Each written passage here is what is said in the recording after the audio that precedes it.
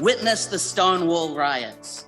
It was only after a few of the drags got very heavy with the pigs that the rest of the gay patrons actually rebelled. Because straight acting gays were in the majority, when the gay movement was started, drags were relegated to the position of an auxiliary movement.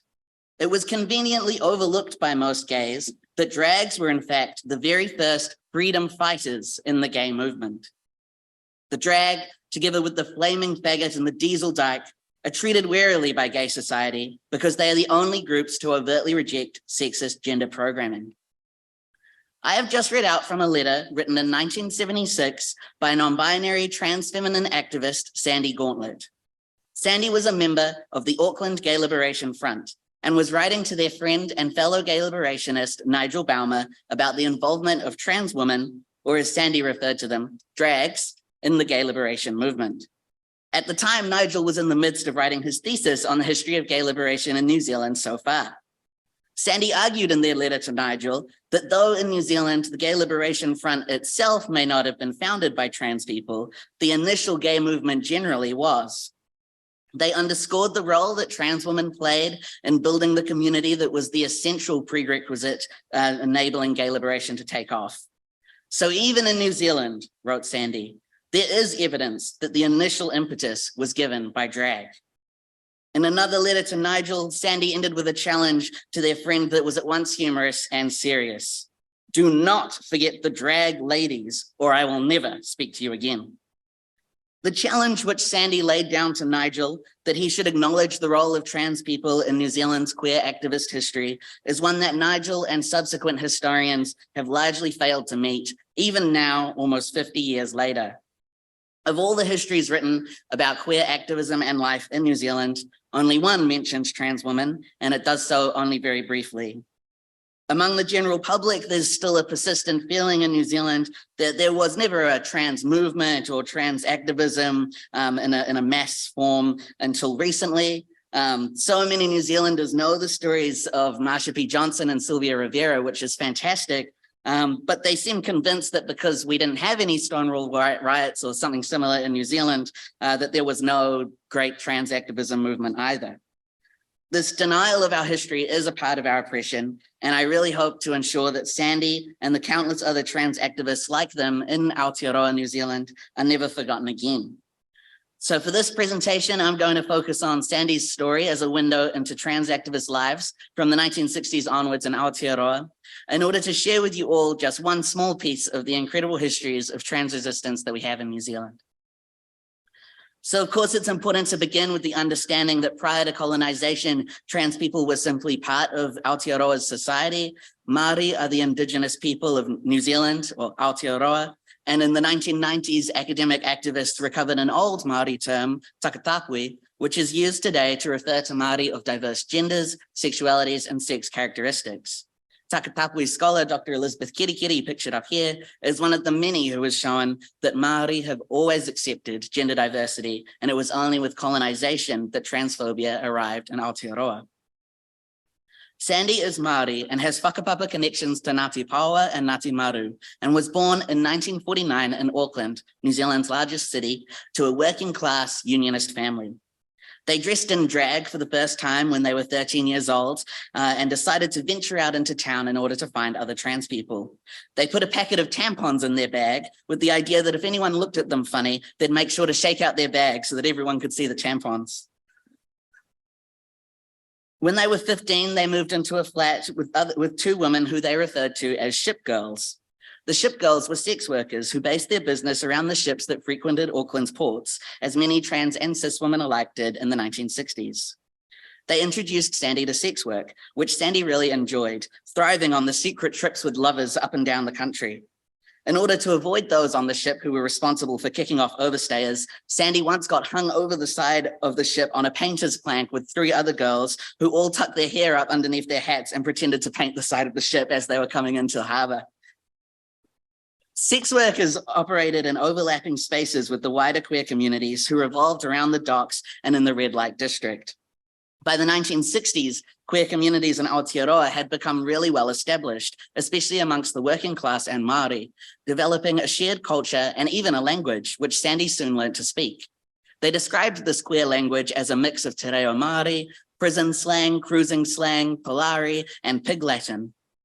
Alongside sex work, Sandy also began performing at one of the very first drag venues in Auckland.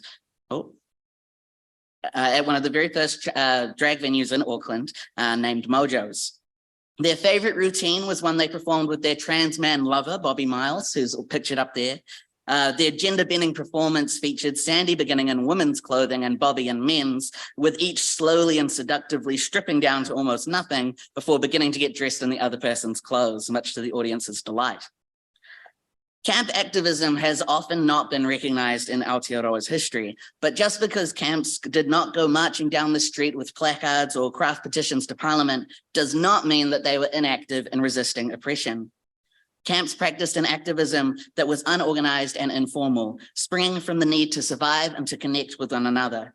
They practiced mutual aid, claiming space in public, proudly asserting their queer difference, and unafraid to fight back when necessary. Sandy described to me how trans sex workers always looked out for one another in this era, and they felt cared for by those older than themselves who taught them ways to survive. Sandy thought of themselves as a revolutionary on the street, and they told me, "People fucked with me, they got punched in the nose. You don't give in. Freedom is not given to you. You fight for it." Around this time in the mid-1960s, Sandy also became active in local politics, joining protests in support of the environment and women's liberation.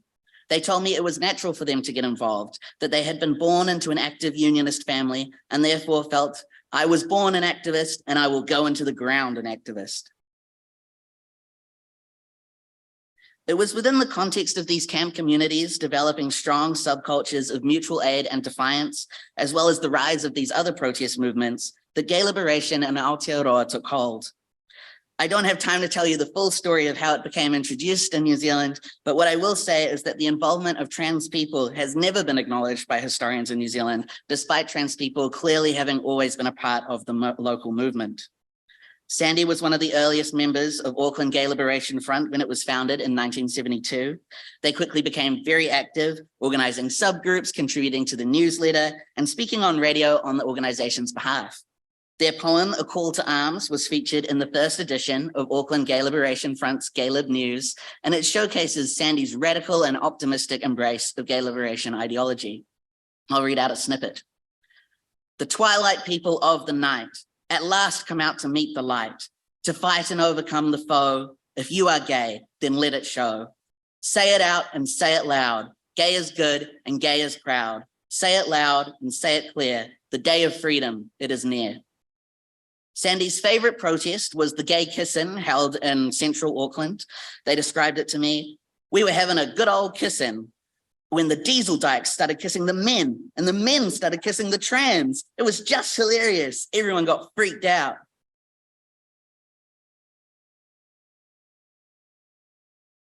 In 1973, Sandy moved to a small town named Rotorua, where they founded and single-handedly ran the Rotorua Gay Liberation Front. They corresponded with over 100 locals, helping queer people feel less alone and making sure that the public were aware that queer people existed everywhere. They also created and published the group's first and only magazine, Defiance. You can see some of their drawings on the screen up here. And the group dissolved when Sandy left in 1974. That year, 1974, they were also interviewed by a local newspaper and made their stance on trans liberation clear, explicitly asserting that trans people were an oppressed group, which is perhaps the earliest record of any activist in Aotearoa describing trans people as such. In the interview, Sandy advocated for gender-affirming surgeries to be state-funded, for access to unisex toilets and the right to use women's toilets, self-identification on birth certificates and passports, better treatment by the courts, who especially for trans sex workers who incurred stiffer penalties than cis women, and for incarcerated trans feminine people to be placed in women's jails. Many of these are still issues that are being debated in New Zealand. Sandy was decades ahead of their time. At the 1974 National Gay Liberation Conference, attended by activists from across the country, Sandy led a group of trans and intersex people in a panel on their issues. Sandy's group decided to use the word drag as the most acceptable all-inclusive term and reported on the difficulties that trans people faced in using public bathrooms, as they got thrown out of both men's and women's facilities. In an article written by fellow gay liberationist Marty Pilot for Salient, the local university's paper, Sandy is described as being suspicious of the other conference attendees because they had no idea whether the gays wanted them. However, in the next issue of Salient, Sandy corrected Marty's description, acknowledging that while they had been sometimes oppressed by their gay brothers, their gay sisters had never oppressed them in any way and had in fact gotten together at the end of the conference to show their support to the trans group in a gesture that moved Sandy to tears. Despite this support from lesbian activists, Sandy was forced to defend the drag image from the conference as a genuine one and not a put-on. This snippet reveals the transphobia within gay liberation, which Sandy and others were forced to deal with, and it would be incomplete and irresponsible to pretend that this history is only one of unity. Some cis activists in the movement deplored the involvement of trans people because they believed that being associated with trans people would make the movement as a whole seem disreputable and limit their ability to gain public acceptance. For example, this activist named Stephen wrote in New Zealand Gay News in 1975, attacking the gay liberation movement for prolonging gay oppression by supporting those charades of high camp, drags, transvestites, and transsexuals. Stephen referred scathingly to these screaming chandeliers who had nothing in common with faggots other than supporting our oppression by association. Despite these discussions, Sandy still pledged the support of trans people to the movement and was awarded a vote of confidence from the conference.